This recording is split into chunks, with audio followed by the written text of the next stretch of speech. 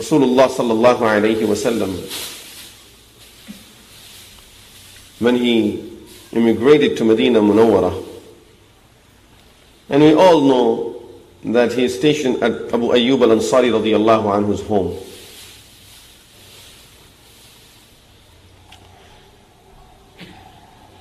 Rasulullah sallallahu alayhi wasallam chose the lower level. The house had 2 stories to it.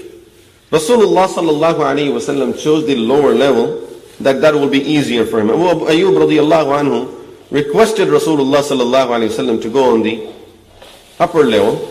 But Rasulullah sallallahu alayhi wasallam said, I have visitors, people come and see me, they want to talk to me, and that will make it easy for me and him that they can just walk in and come over here. If you are on the lower level, then every time visitors will come, they will have to ask permission to come in and then go and then come upstairs.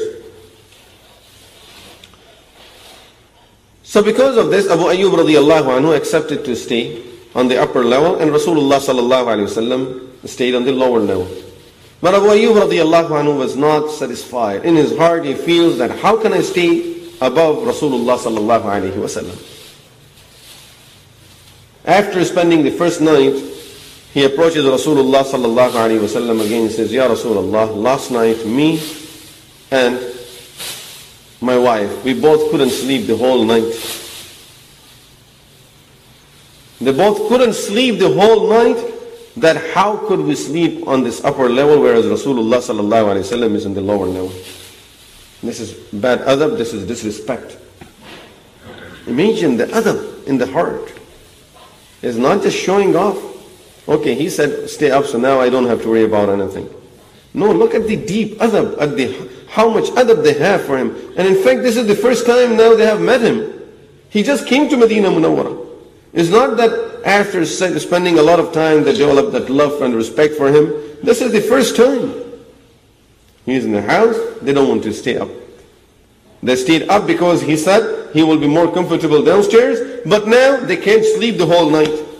That we don't want to be at a place that will be just straight above Prophet sallallahu alaihi wasallam. So they're standing, trying to stay in the corner of the house. In one of the corners. Some of the narrations say they spend the whole night. Both of them, they are not laying down, they both are just sitting in one of the corner of the house. They don't want to walk, that if we walk, the dust may fall on Rasulullah sallallahu alaihi wasallam. And they don't want to lay down, that we don't want to lay down at a place that is above Rasulullah sallallahu alaihi wasallam. They both are sitting in a corner. Next morning, he explains his situation to the Prophet sallallahu alaihi wasallam. Ya Rasulullah, this was our situation last night, so please, if you accept to come upstairs. Again, he says, don't worry about them, about this situation, don't worry about it. And I'm allowing you to stay up and there, and don't worry, you can be at ease, and I'm more comfortable down here.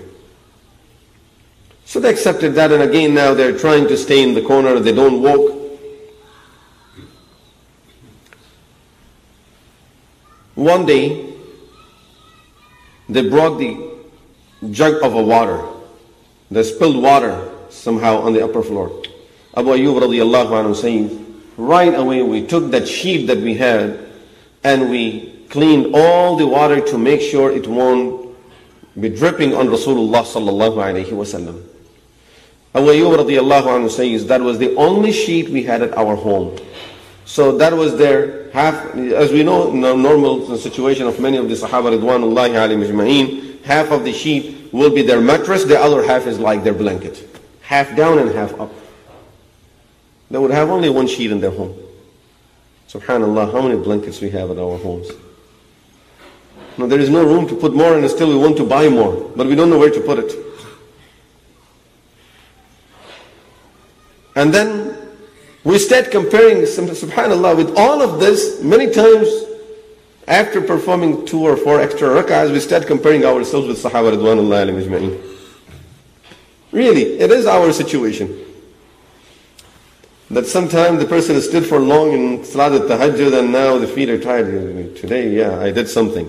Now he started, okay, Sahaba, when they did ibadah, one of the Sahaba's hand was shining when he was walking in the dark. Now the person wants to walk in the dark to see if his hand will have a light. I will have karamat, like those Sahaba ridwanullahi alayhim ajma'in, just because of one night, of ibadah of one night. No, their whole life was just something totally different.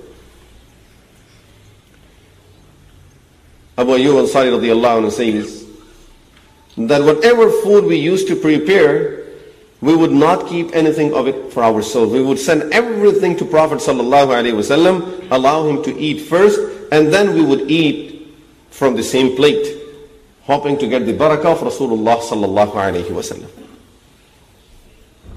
This is also part of their adab for Rasulullah sallallahu alaihi wasallam, that they don't want to eat before him. And they don't want to leave any food for themselves. Send everything to him. And the leftover, we would eat it.